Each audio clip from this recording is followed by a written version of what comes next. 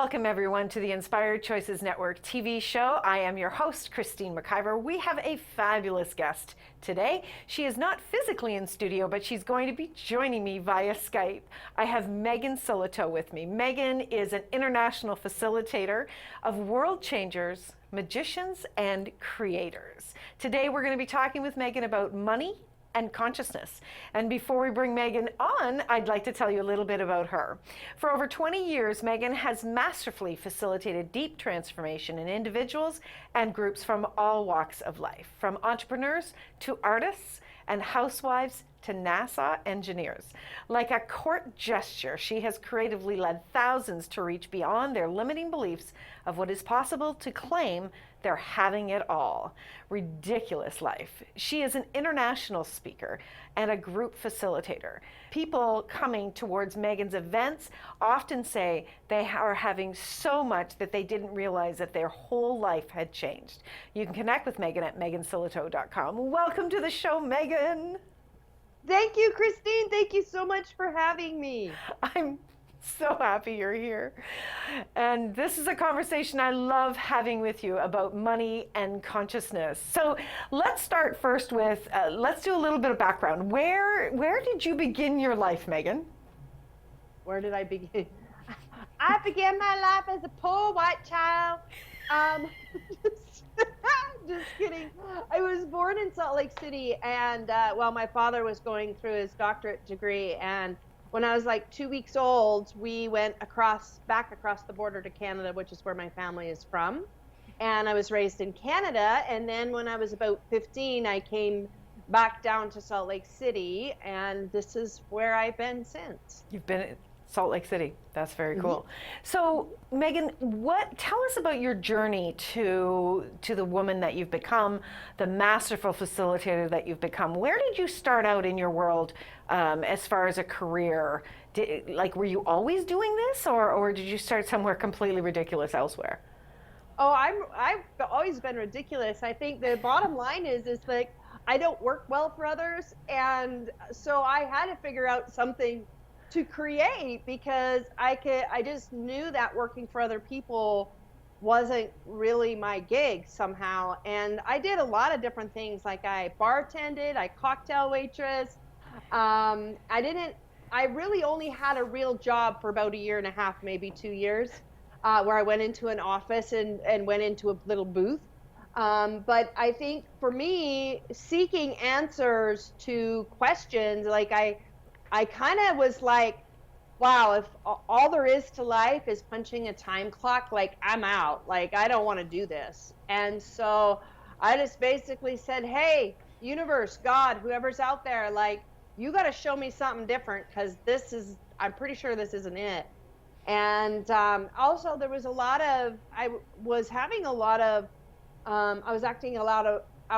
trauma and pain through my 20s, crashing cars, like really not totally on this planet, and I was sort of shown a path a couple weeks after I was like, hey, universe, and I went to rapid eye training just about a month or two after that question, and that's where it all started. I started my healing with a technology called rapid eye, which heals trauma. It's a holistic therapy that heals trauma in the body and brain. And that was it. Like I took the pill, like it was the Kool-Aid. It was like, wow, like if I could change that much in such a short amount of time, if I could drop that much trauma and heaviness and open my world that much in such a short time, what else is possible? And I just started seeking every resource that I could that would continue the progression of my life and then allow me to help others to do the same. Because I mean, I was like pretty messed up. So I figured if I could get on a track to not only help myself, but to make a difference in the world, then everybody could. And I was going to shout it from the rooftops. That's awesome. So you went through a lot of trauma and pain growing up. It's amazing that you are the woman that you are today, because I don't see any evidence of this. Now, Megan, you may or may not know, she has a radio show on the Inspired Choices Network called Love, Life, and All Things Weird with her amazing partner in crime, Suzanne Stoffer. And Megan, was the pain and the pain and the trauma that you were going through in your life before you got to the rapid eye, was that something that actually contributed to being the amazing facilitator you are today? Totally. There's really, like, I've been through it all. I could probably do 3 Oprah shows, when she used to have weird shit on. Yes. Like, it was my life was so strange that even when I talk about certain things, people can't grok it. And so, there's nothing that I cannot sit with or be with. Like, whether it's something that happens in one of my events, somebody's unraveling something, or in my one-on-one sessions, there's no block. There's nothing you can tell me that would make me judge you. Like, I've done it all. I've been it all. So absolutely, that was the path that became my message. Wow. So let's talk about your events. So your events are called Live Your Magic. It sounds, I'm going to be like an outsider. It sounds really woohoo. And it sounds like it's only for those people. Can you talk to us about what that event is like? Yeah. Well, the thing is I think everybody is a version of those people. They just don't know it yet. And so many of us are trying to hold it together to try to be normal and average. And that's why there's such a thing as those people, because those people who are, trying to hold it all together, they kind of have to say those people over there because they're afraid they're one. And they actually are. And so, one of the things that I have seen, that I don't care like who someone is or where they come from or where they've been, they have some kind of magic in them. They have some kind of genius or gifts or capacities that if they would allow it to come through, would open the places and spaces in their life that they can't imagine. But so many people are so afraid to be weird or that magic isn't real. And I really believe in magic in all of its forms. But the event is truly about opening up the personal magic, the genius in a person. And what I have found is that is one of the best life hacks to a different, better life. Because once the genie's out of the box, or the genius is out of the box, there's no going back. Once you get a whiff of your power, it's really hard to deny it. Like when you have a visceral experience of it. And that's my intent in the 3 days, is that people have an experience of their power or their gifts in such a way that they can't no longer deny it. Right. You said they're magic in all forms. Can you expand on that? Yeah. Well, I believe that there is, if what we can see is part of a radar screen, that we're seeing about 1 cubic inch of a million square foot screen. Like what we see is so minuscule to what we can't see. And what we can't see, like just coming from science, is all of the energy molecules and atoms that are around us all the time. And that every atom, every molecule is filled with intelligence. Science tells us that. This is not woo-woo. So there is this palpable energy that is all around us, that there are possibilities that are in that intelligence of the molecules that we have not birthed yet. And so to me, there's magic everywhere and in everything, in the trees, in the grass, in just the air that's around us right now. I mean, how magic is it that you and I can be 4,000 miles away and talking to each other right now? Like, we think about well, that's technology, but think, like, how the hell does that really happen, right? How does a 100-ton airplane get off the ground, really, with the law of gravity in force? Yes. And so what happened was somebody discovered the law of lift. Isn't that magic? that the law of lift actually is a stronger law than the law of gravity. And that's the thing, that if you explore consciousness, you continue to find things that will supersede what you've known before. And that's such a fun game to me. That's magic, because it's like we're always discovering things we never knew before. Well, wouldn't that also be true in our own lives? Right. If that's happening in science, if that's happening all around us, isn't there something available to us, to you, that possibly you don't know yet, that if you uncovered it would change the trajectory of everything? That is a big question. I love it. That is fabulous. So, Megan, we're going to take a short break. And when we get back, I really want to dive into the money and consciousness. And thank you for setting the stage on everything that you've been doing and where you've come from. That really helps to lean us into this next piece of our conversation. So stay tuned, everyone. We'll be right back with Facilitator of Magic, Megan Sillito.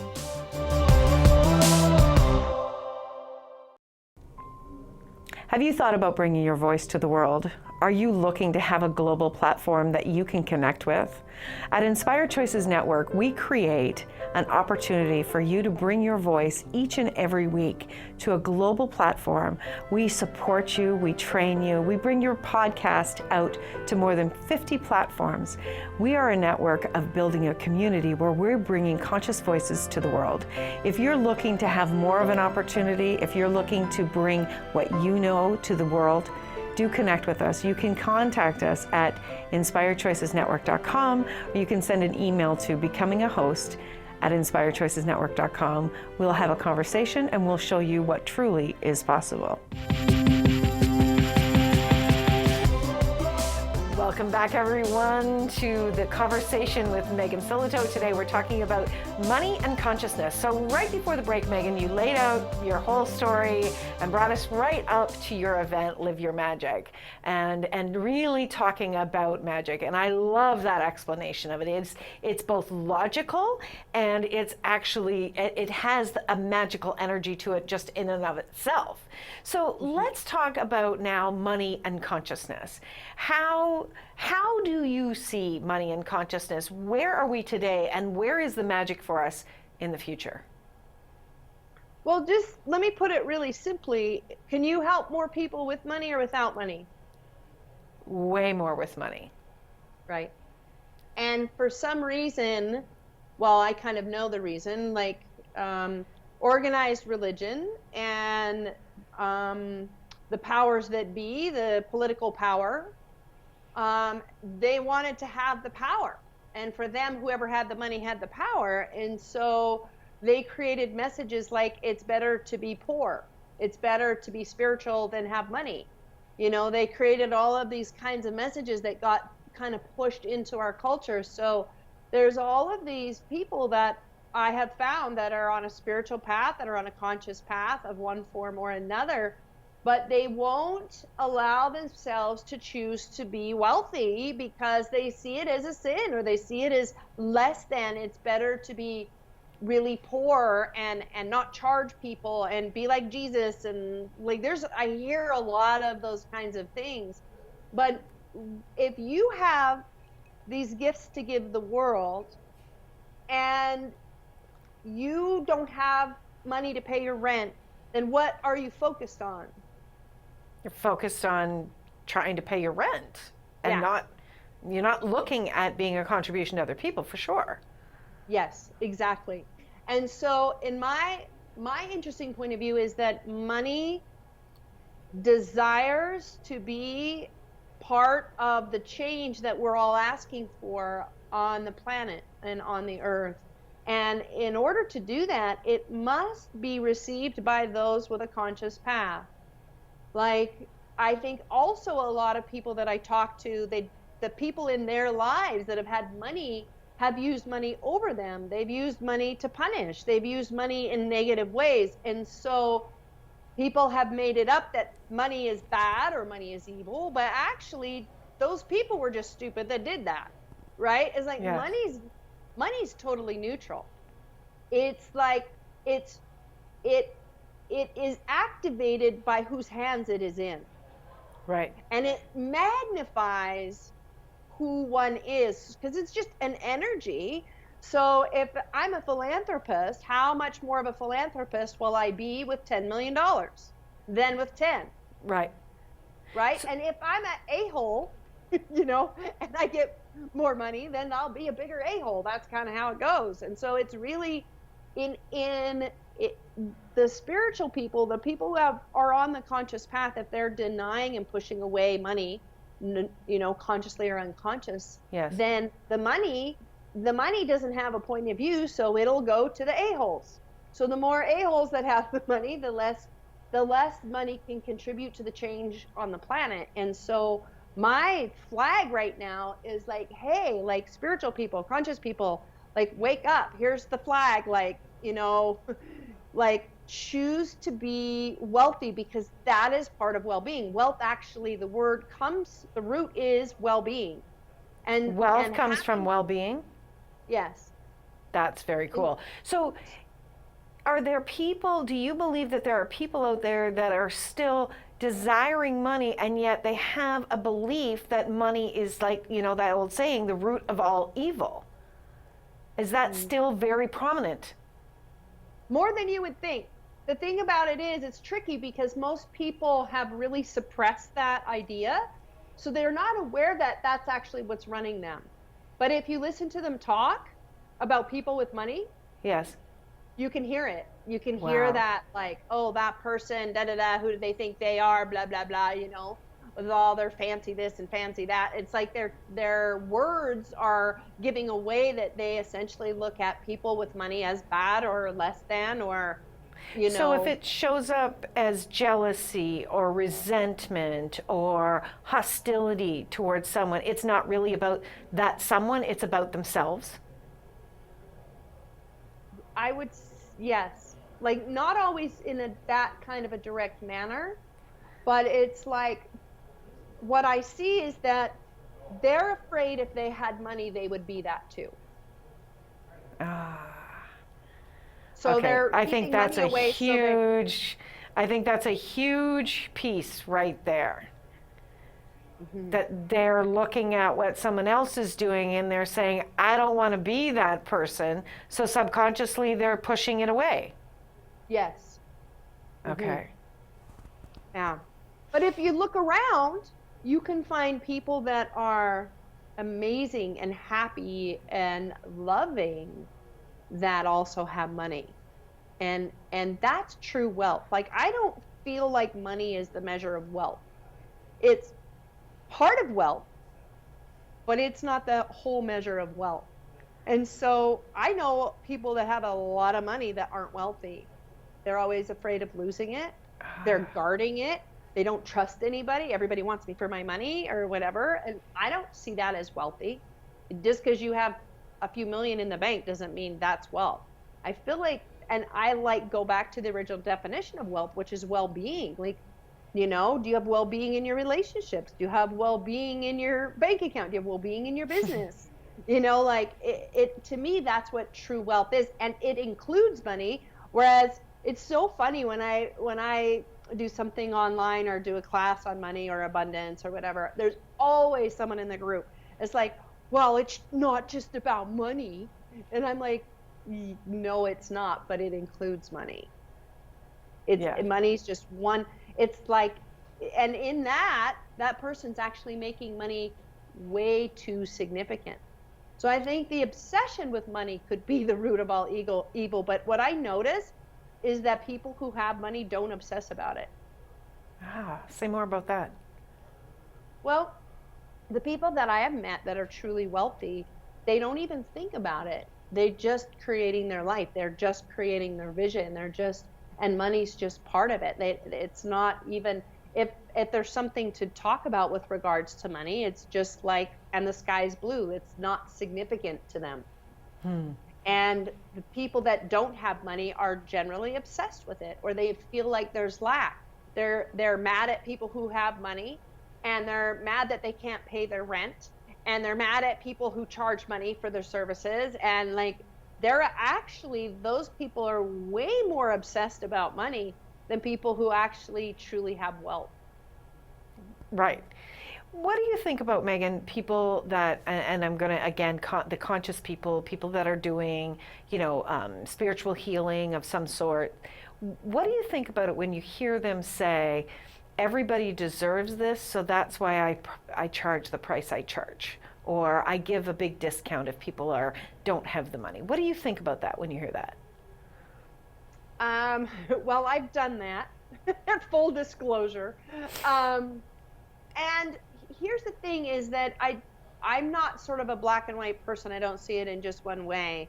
What I strive to do is to create offerings and services that are free or that anybody can afford, so that it gives everybody access. I really believe that the tools and principles that make our life better and more fulfilling should be available to all. So that's the first thing that I want to say. But at some point, if I don't allow my work to be a successful business, then I'm not channeling the money that could allow me the visibility to bring my message out to more people. And so at some point I have to look and say, okay, what is it that requires a financial exchange? And what is it that requires higher levels of financial exchange based on the energy output that I put into it? And so I have programs and services at all kinds of price points, including free, like the Inspired Choices Network. That is a labor of love. Like, I pay a fee to be on the network. I invest to give as many people as possible free, juicy, like you've heard my radio show. I don't hold back. I'm not, oh, well, I'm only going to give this on the free show and whatever. Right. But if you come and have a personal experience with me, and I'm taking my time to do that, then there's going to be a financial exchange, and I'm going to give my all there too. Right. And that's how I see it. That's how I look at it.